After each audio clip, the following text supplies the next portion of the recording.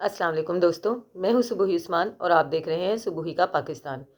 दोस्तों, आज वैसे मेरा इरादा तो नहीं था कोई वीडियो वगैरह करने का, क्योंकि पाकिस्तान में मौसम बदल रहा है। इतनी जल्दी तो मौसम नहीं बदलता था कि फरवरी के महीने में ही अचानक से इतने आपको ऐसी फीलिंग्स होने लगे जैसे गर्मी आ रही है। ज़रा घबराहट भी हो रही है गर्म कपड़ों से, और उसी की वजह से तबीयत भी ख़राब हो रही है, बोझल सी हो रही है, कुछ नज़ला ज़ुकाम बुखार वगैरह जैसी कैफियत थी। तो मैंने सोचा कि आज कोई वीडियो नहीं करूँगी, कुछ थोड़ा बहुत आराम करूँगी। आराम की कंडीशन में ही मेरी नज़रों से एक क्लिप गुजरा, जो कि फिर मैंने एक नहीं, दो नहीं, तीन तीन, चार पांच जगहों पर वो क्लिप देखा, तो जिससे मुझे अंदाज़ा हुआ कि ये क्लिप इस वक्त इंटरनेट पर सर्कुलेट कर रहा है।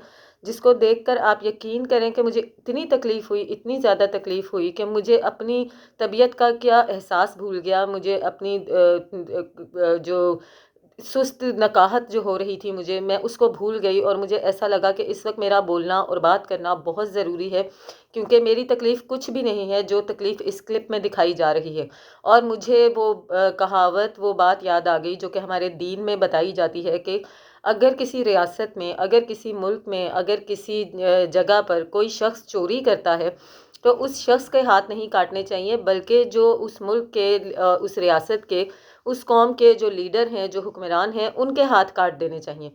ये बिल्कुल सही है। ये इस वजह से काट देने चाहिए कि ज़ाहिर है ऐसे हालात पैदा किए गए हैं कि चोर चोरियां कर रहे हैं, और ऐसे हालात पैदा किए हैं कि जिनका सब कुछ लुट रहा है वो बर्बाद हो रहे हैं। ऐसा ही ये वाक़या एक कराची में पेश आया, जहाँ पर ये जो वीडियो है इसमें दिखाया जा रहा है कि कोई 35 से 38 साल का लड़का है, जो कि एटीएम में दाखिल होता है। दाखिल होने के बाद ये अपना कार्ड जैसे ही उसमें स्वैप करता है और क्या कहते हैं रकम निकालता है, तो पीछे से दो शख्स आते हैं और आकर इसकी कनपटी पर, इसके माथे पर माउज़र रखते हैं, और माउज़र रख के उसके हाथ में से उसकी तमाम रकम छीन लेते हैं। इस रकम को छीनने के दौरान ये शख्स मज़ाहमत भी करने की कोशिश करता है, लेकिन वो इससे रकम ही नहीं छीनते, बल्कि इसके हाथ में इसकी मोटरसाइकिल का हेलमेट होता है। वो इसकी जेब से इसके मोटरसाइकिल की चाबी निकालते हैं, और वो मोटरसाइकिल लेकर भी फ़रार हो जाते हैं। इसके बाद कुछ सेकंड्स की वीडियो दिखाई गई है, जिसमें कि वो शख्स ज़मीन पर तकरीबन फैल जाता है।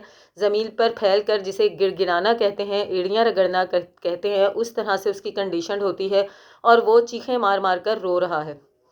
इंतहाई तकलीफ़ दे ये मनाजिर हैं, और उसके बाद जो डिटेल इस शख्स के बारे में बताई गई है वो उससे भी ज़्यादा अजियतनाक है। बताया ये गया है, इस शख्स की जो तफसीलात हैं, कि ये 35-38 साल का जो लड़का है, ये दो से तीन बहनों का इकलौता भाई है, अपने घर में अकेला कमाने वाला शख्स है, और इसकी तनख्वाह लगभग 20 से 25 हज़ार है। और इस दिन इसकी तनख्वाह इसके एटीएम में ट्रांसफ़र हुई थी, जिसको निकालने के लिए वो एटीएम में आया था।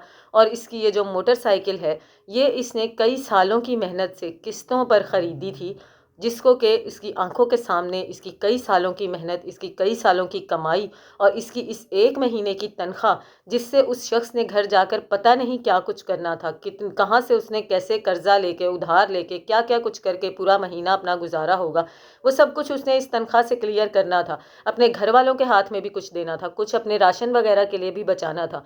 वो सब कुछ उसकी आंखों के सामने एक ही मिनट में तो दो शख्स आते हैं, और कम से कम ये कुछ सेकंड्स का क्लिप है जो कि उसकी ज़िंदगी बदल के रख देता है।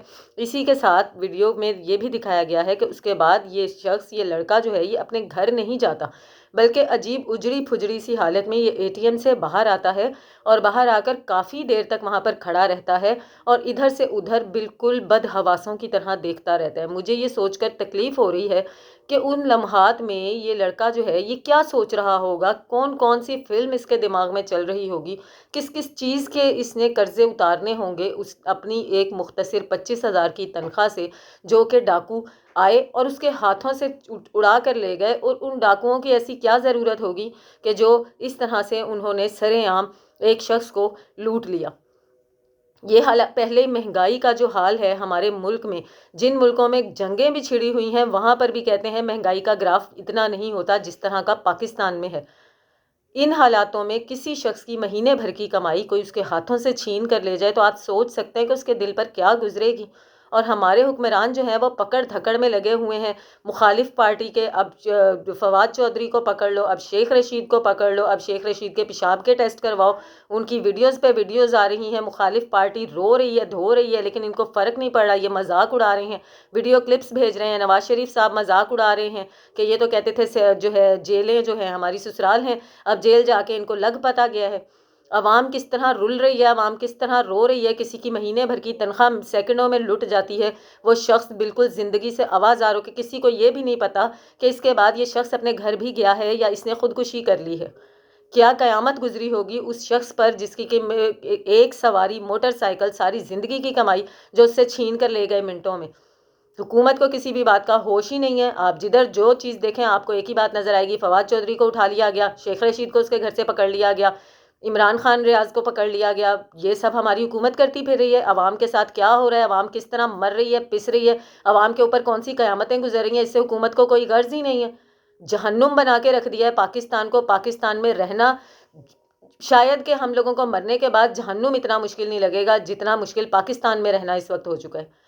اس وقت میرا دل کی کیفیت میں آپ لوگوں سے بیان نہیں کر سکتی. آپ لوگوں کا اس ویڈیو کے بارے میں کیا خیال ہے, کیا تاثر ہے, کیا رائے ہے, مجھے ضرور بتائیے گا. ملتی ہوں آپ سے اپنی اگلی ویڈیو میں, تب تک کے لیے اللہ حافظ.